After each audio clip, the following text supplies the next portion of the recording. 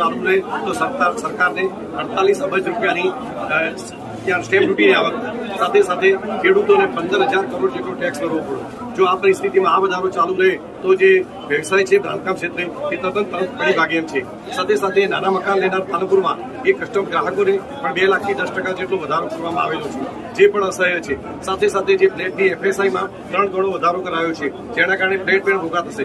અમારી Gujarat builder association અને Banaskantha builder એસોસિએશનની લાગણી છે કે આ જે જંત્રી વધારો છે એ સત્વરે રદ કરવામાં આવે અને નવી રીસર્વે કરવી અને નવેસરથી વધારો કરવામાં આવે એવી અમારી બિલ્ડર એસોસિએશનની લાગણી છે।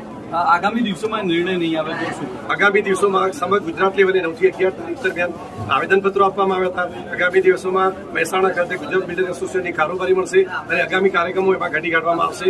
જ્યાં સુધી આ વધારો પાછો નહીં ખેંચવામાં આવે ત્યાં સુધી ખેડાઈ ગુજરાત દ્વારા વિવિધ કાર્યક્રમો દ્વારા પોતાની રજૂઆત કરવા માટે ચાલુ રહેશે।